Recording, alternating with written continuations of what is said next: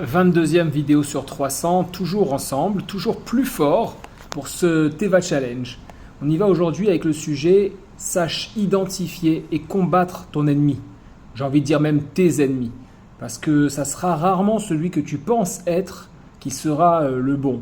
Ça sera rarement celui qui s'identifie de manière directe qui sera le plus virulent, le plus dangereux. Et justement là-dessus, on a différents textes qui nous accompagnent pour apprendre comment identifier son ennemi. La première chose, c'est lorsque dans la paracha de Vayetse, Yaakov est béni par le Créateur du monde, Vaya zaracha ka'afa haaretz, ufarazta yama vakedma vetzafona vanegba, venivrechu vecha comme ishpechot ha'adama uzarecha. Ta descendance sera comme la poussière de la terre, tu vas déborder puissamment à l'ouest et à l'est, au nord et au sud, et toute la famille de la terre seront bénis à travers toi, à travers ta descendance. Le texte continue en disant Veine anochi imach ushmarticha bechol asher telech. Voilà que je serai avec toi, je te protégerai partout où tu iras, je vais te ramener dans ce pays, car je ne te laisserai pas et tu ne devras pas avoir peur, car j'ai accompli ce que j'ai promis. Et ça, c'est quelque chose qui est extrêmement important.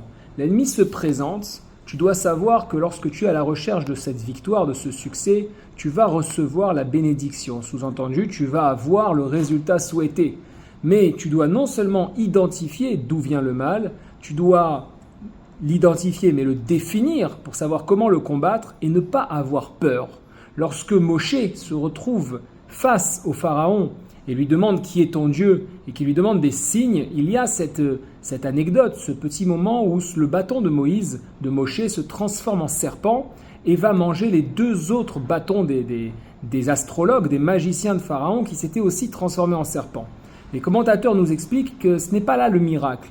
Le phénomène n'est pas au moment où le bâton de Moshe devient serpent, mais bien au contraire, lorsque il reprend son bâton en retenant le serpent par sa queue, il redeviendra bâton, et c'est le bâton de Moshe qui mangera les deux autres serpents. Sous-entendu quoi ?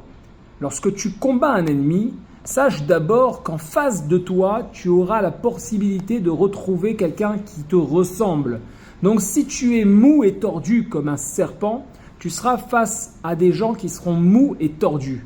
Par contre, si tu redeviens dur et ferme dans tes positions, ferme dans tes convictions, ferme dans ta droiture, comme un bâton qui est droit et dur, alors tu pourras combattre ceux qui sont vicieux, ceux qui sont mous et ceux qui sont tordus, ceux qui veulent te faire tomber, forcément.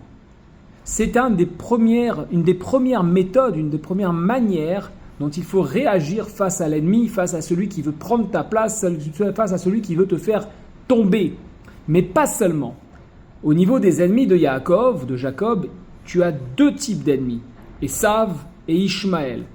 A priori, le premier ennemi semble être Ishmaël, qui est donc le grand-oncle, celui qui est le frère, oui, c'est ça, le grand-oncle, l'oncle directement, j'ai envie de dire, et qui souhaite effectivement récupérer sa place d'aîné face à Yitzhak, face au père de Yaakov, et c'est son demi-frère. Mais en réalité, il y en a un qui est plus virulent, c'est Esav, le frère jumeau de Yaakov. Celui-ci se cache et attaque de manière décidée, définitive. Dans la rencontre qui se passe dans ces parachiotes, celle que nous lisons actuellement, nous voyons que Esav revient à la charge, va à la rencontre de Yaakov à se demander pourquoi et envoie son fils pour le tuer.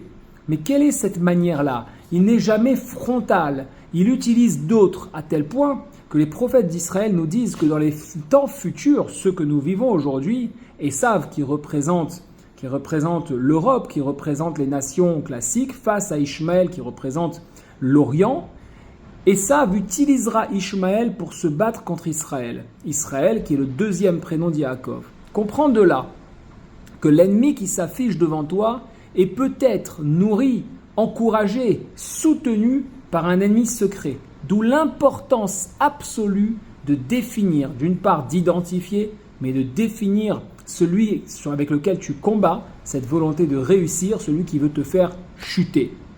Dans une prochaine vidéo, et si vous me le demandez dans les commentaires, je traiterai ce besoin, cette manière d'identifier l'ennemi actuel d'Israël, car il faut aussi savoir une chose, L'importance de regarder la big picture, c'est le sujet qu'on traitera dès demain dans la prochaine vidéo. Abonne-toi, like, partage, commente, fais tout ce qu'il faut. À bientôt.